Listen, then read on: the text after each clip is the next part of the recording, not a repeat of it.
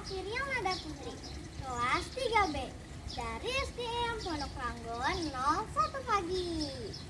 Hari ini saya akan bercerita tentang peristiwa Isra Mi'raj Nabi Muhammad SAW. Teman-teman, mau tahu tidak tentang peristiwa Isra Mi'raj Nabi Muhammad SAW? Kalau mau tahu, dengerin ya. Isra Mi'raj adalah peristiwa agung Nabi Muhammad ke langit ke-7 untuk menerima perintah sholat dari Allah Subhanahu wa Ta'ala. Peristiwa ini terjadi pada suatu malam pada tanggal 27 Rajab. Tahun ini peristiwa Isra Mi'raj yang terjadi pada 27 Rajab diperingati tanggal 28 Februari 2022 bertepatan hari Senin. Isra Mi'raj adalah peristiwa penting dalam perjalanan hidup Nabi Muhammad SAW. Dalam Isra Mi'raj, Nabi Muhammad melakukan perjalanan dari Masjidil Haram ke Masjidil Aqsa dan ke Sidratul Muntaha. Di sanalah Nabi Muhammad SAW menerima perintah wajib dari Allah Subhanahu wa Ta'ala. Isra Mi'raj ini diabadikan dalam Al-Quran surat Al-Isra ayat 1. Allah Subhanahu wa Ta'ala berfirman, Bismillahirrahmanirrahim. Subhanalladzi asra bi abdihi lailan minal masjidil haram ilal masjidil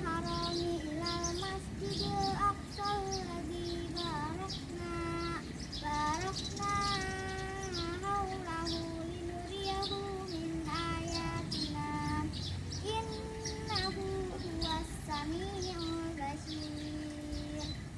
Artinya, Maha Suci Allah yang telah memperjalankan hambanya pada suatu malam dari Masjidil Haram ke Masjidil Aqsa yang telah kami berkahi sekelilingnya agar kami perlihatkan kepadanya sebagai tanda-tanda kebesaran kami. Sesungguhnya Ia adalah Maha mendengar lagi Maha melihat. Teman-teman, tahu tidak? Sebenarnya Isra dan Mi'raj merupakan dua peristiwa berbeda. Namun, karena dua peristiwa ini terjadi pada waktu yang bersamaan, maka disebutlah Isra Mi'raj. Dalam perjalanan bertemu Sang Pencipta, selain ditemani malaikat Jibril alaihissalam, Rasulullah menaiki burak, yakni hewan putih panjang, berbadan besar, dan bersayap. Nabi Muhammad pada langit tingkat pertama bertemu dengan Nabi Adam alaihissalam. Pada langit tingkat kedua bertemu dengan Nabi Isa alaihissalam dan Nabi Yahya alaihissalam. Pada langit tingkat ketiga bertemu dengan Nabi Yusuf alaihissalam. Pada langit keempat bertemu dengan Nabi Idris alaihissalam.